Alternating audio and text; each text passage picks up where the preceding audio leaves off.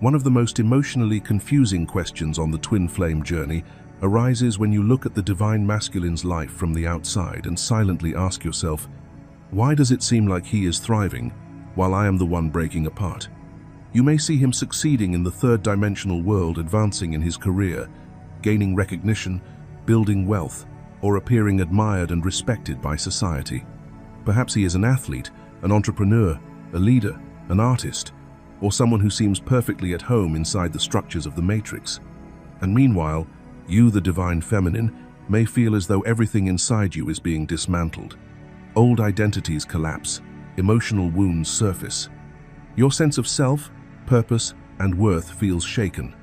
This contrast can trigger deep confusion, self-doubt, and even resentment. It can make you question whether the journey is fair, whether you are failing, or whether the connection itself is real.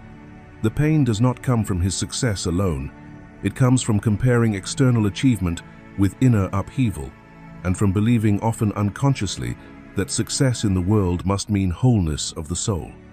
In today's exploration, we will gently but clearly dismantle the illusion that external success equals inner completion.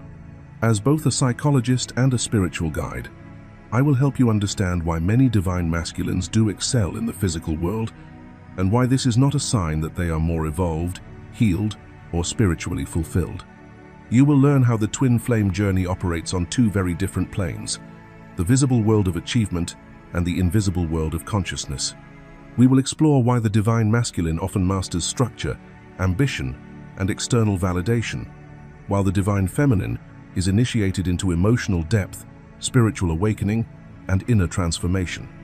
Most importantly, we will shift the focus away from comparison and back toward meaning. You will begin to see that what looks like imbalance is actually a divinely orchestrated contrast, one designed to awaken wholeness rather than reinforce separation. By the end of this video, you will no longer measure your journey against someone else's visible success. Instead, you will understand that the true work of the twin flame path is not about prominence, money, or recognition. It is about integration, embodiment, and remembrance of the self. This understanding can bring profound relief. It softens envy into compassion, confusion into clarity, and self-judgment into self-respect.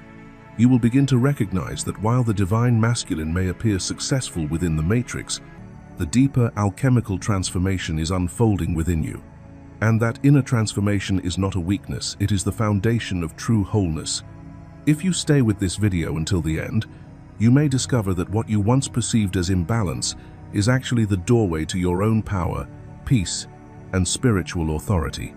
This is not a conversation about who is ahead or behind. It is an invitation to see success through the eyes of the soul and to reclaim your journey with clarity, dignity, and purpose. Section 1. The Pedestal Illusion and the Awakening of the Divine Feminine. When the divine feminine first enters her awakening, it often begins with a quiet ache she cannot name. There is yearning that lives beneath her thoughts, a sense of longing that pulls at her heart, and an emotional gravity that draws her attention outward.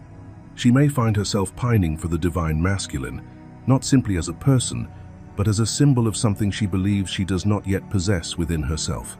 This happens because, in the visible structures of the world, he appears powerful.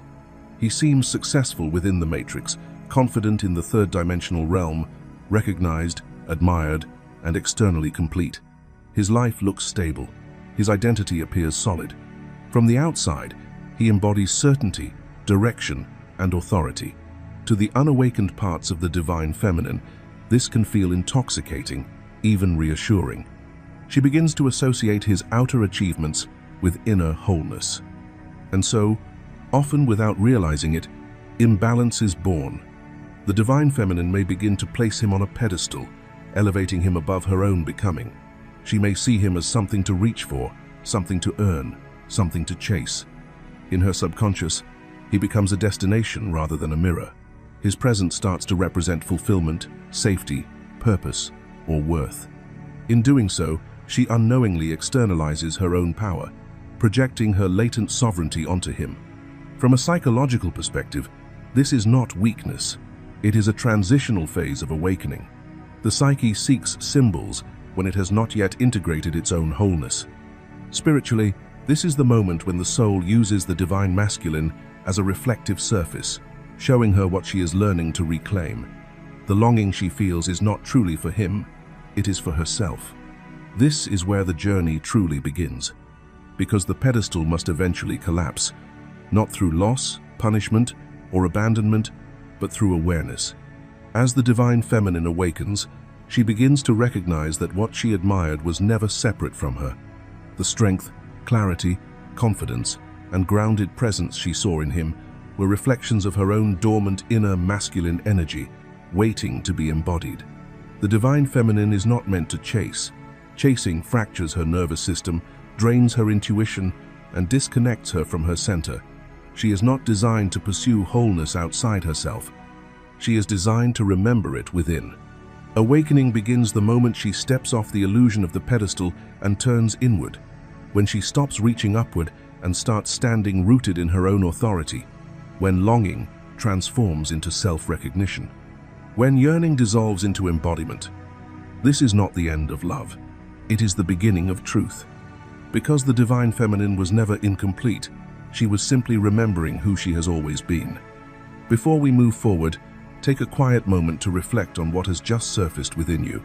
Notice where you may have placed someone on a pedestal, or where you may have been reaching outward for a sense of completion that was always meant to be found within. Awareness is the first act of reclamation. If this section resonated with you, I invite you to pause and honor that recognition. Share your thoughts or personal insights in the comments so others walking this path know they are not alone. And if you feel called, simply type the affirmation, "I reclaim my wholeness within myself," as a declaration of remembrance. When you are ready, we will move gently into the next stage of this journey, where inner power begins to reorganize and deepen. Section 2. Building the inner divine masculine and becoming sovereign. At a pivotal point on the twin flame journey, the divine feminine is called inward. This is the moment where everything begins to shift, not externally, but at the deepest level of her inner world. She is no longer being asked to seek, wait, or prove. She is being asked to build. Specifically, she is called to cultivate her inner divine masculine, the energy of structure, stability, clarity, and embodied action within herself. When the divine feminine heals her inner divine masculine, she steps into wholeness. This is not a conceptual realization, it is a lived transformation. She begins to feel grounded in her body, steady in her decisions, and clear in her direction. Emotional intuition merges with inner authority. Sensitivity is no longer a vulnerability, it becomes wisdom guided by discernment. As this inner balance forms, she becomes sovereign unto herself. Sovereignty means she no longer abandons herself emotionally, financially, or energetically. She claims responsibility for her life without self-blame and claims power without domination. Financial independence often follows not as a pursuit of status, but as a natural extension of self-trust and self-respect. She learns to hold her own frequency without outsourcing security to another person. Her energy stabilizes. She is no longer pulled into longing, chasing, or overgiving. Instead, she becomes purpose-driven. Her divine mission begins to activate organically, often through modern and expansive channels, online platforms, creative spaces, healing work, teaching, guiding, mentoring, or conscious leadership. She is drawn to service, but not self-sacrifice. She gives from overflow, not depletion. At this stage, her purpose becomes her passion, and that passion becomes her power. What once felt like pain transforms into insight. What once felt like loss becomes direction. She rises in her own value, not because she is competing with anyone, not even her divine masculine, but because she is becoming more fully herself. Her growth is inward, embodied, and undeniable. Most importantly, she no longer needs someone outside of herself to complete her. Connection is no longer a necessity for survival. It becomes a choice rooted in wholeness. She stands anchored in her own masculine and feminine union, magnetic rather than reaching, whole rather than waiting.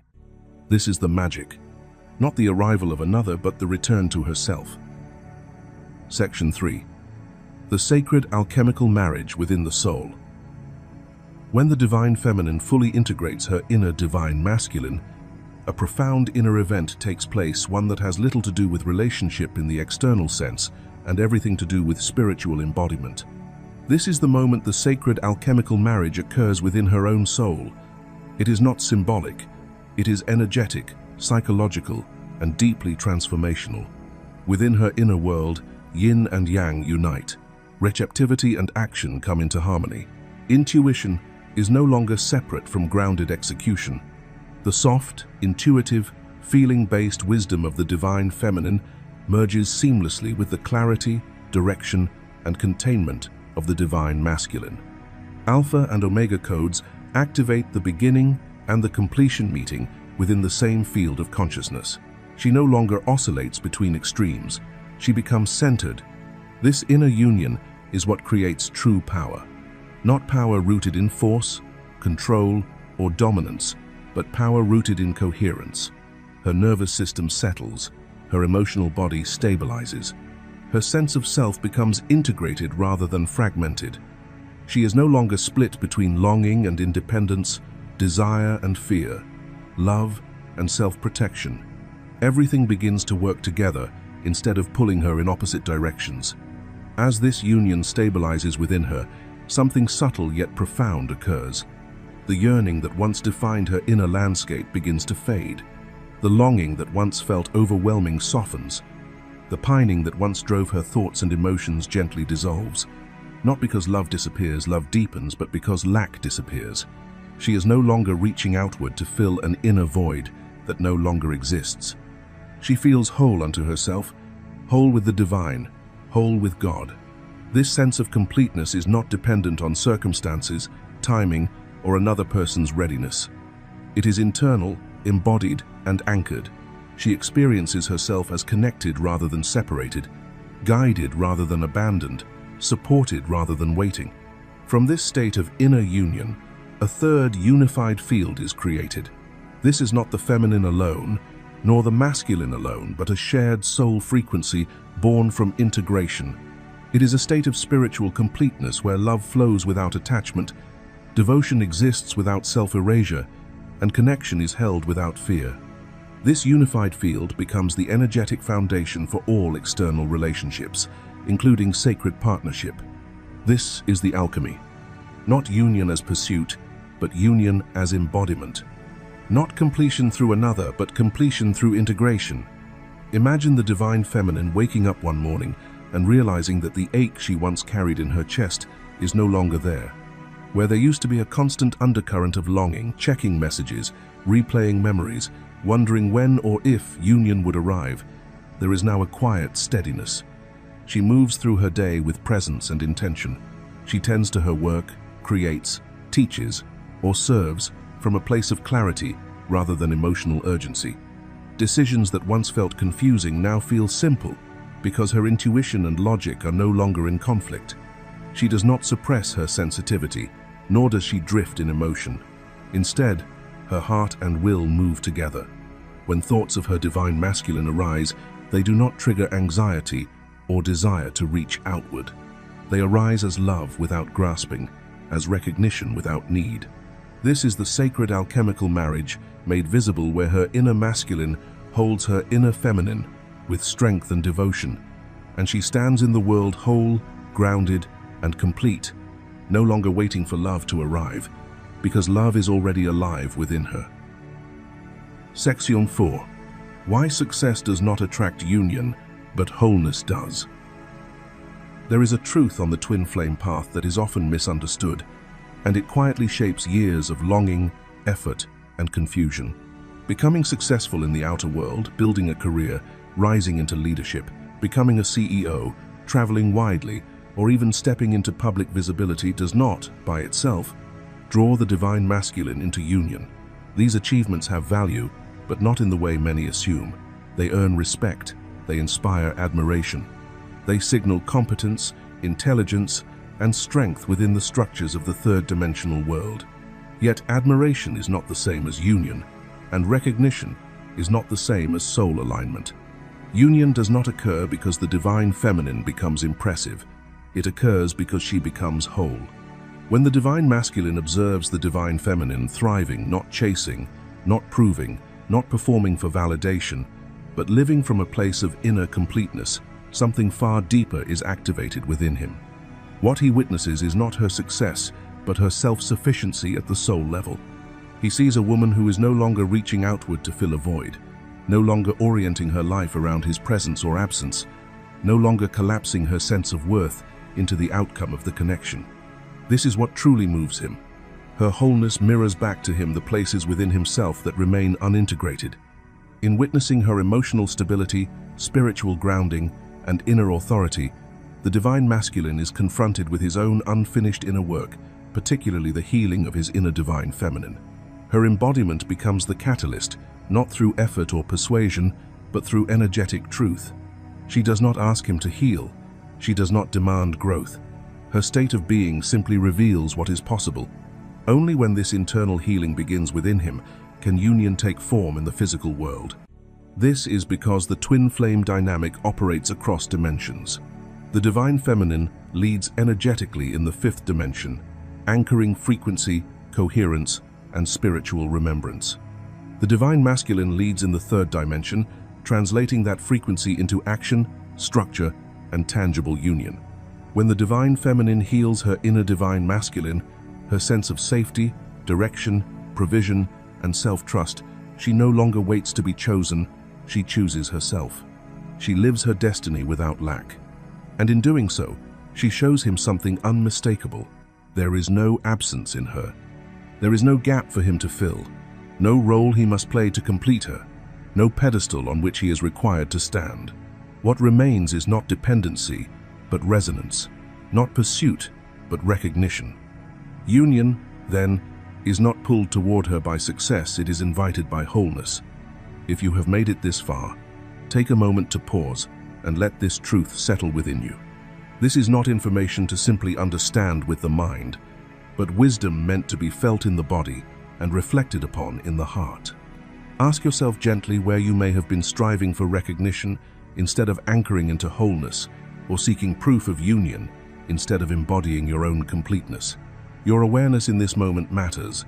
If this message resonates with your journey, I invite you to share your experience in the comments, so others walking this path know they are not alone. And if you feel called, simply type the affirmation, "I am whole, complete, and sovereign within myself," to anchor this truth into your energy and signal your readiness for what comes next. Section 5. Magnetism versus attraction and the end of lack. Lack is the hidden engine behind so much suffering on the twin flame path. When something feels missing within you, the soul instinctively reaches outward to fill that void. From lack is born desire, and from desire comes pursuit. This is not love in its highest form, it is compensation, and compensation always creates imbalance. The more one chases, the more the energetic field reinforces separation. In this way, chasing does not bring union closer. It subtly postpones it. Wholeness, however, changes everything. The moment you become internally complete, lack dissolves.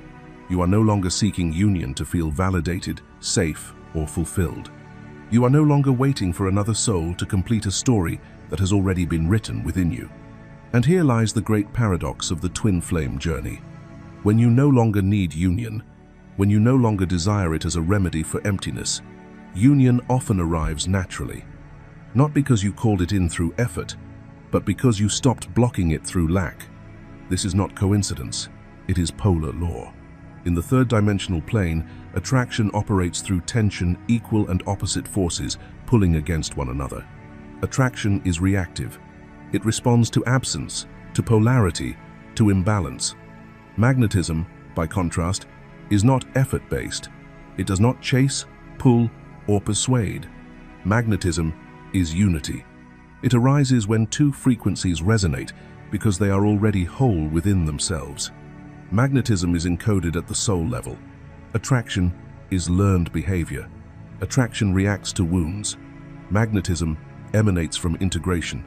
When you are anchored on your own energetic grid, living your passion, walking in alignment with your destiny, and grounded in purpose, you stop broadcasting need.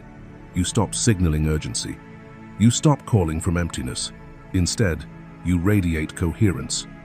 And it is this coherence that your divine masculine feels. Not your striving, not your proving, not your masculine effort to make something happen. What draws him is your wholeness, your self-containment, your embodied peace. On a subconscious level, his soul recognizes safety, completion, and truth in your field. He is not pulled toward you as something to conquer or pursue, but drawn toward you as something familiar, harmonious, and real. When wholeness is embodied, competition dissolves. There is no longer a sense of rivalry, insecurity, or fear of loss.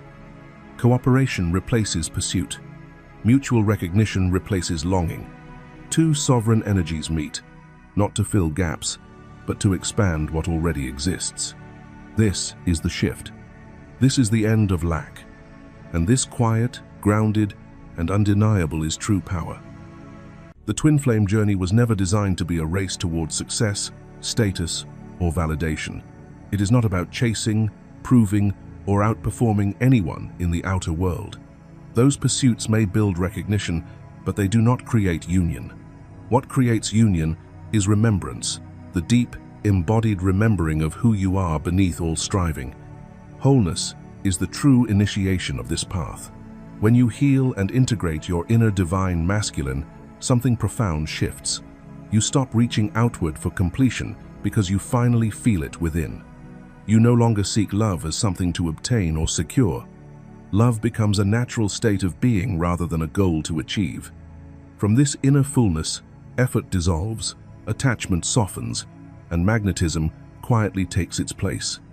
This is where the paradox reveals itself. Union does not arrive through force or longing. It arrives through alignment. When you are whole, you no longer pull or chase, yet everything that is meant for you is drawn toward you.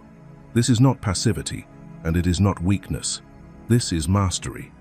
It is the strength of a soul that knows itself, trusts itself, and stands sovereign in its own energy. If this message resonated with you, take a moment to anchor it. Leave a comment below and type, "I choose wholeness, and wholeness chooses me." Let this be your affirmation, your declaration, and your energetic seal. If this video supported you, please like it, share it with someone who may need this reminder, and continue the journey with the video below. Something is unfolding for you, not through chasing, but through remembering.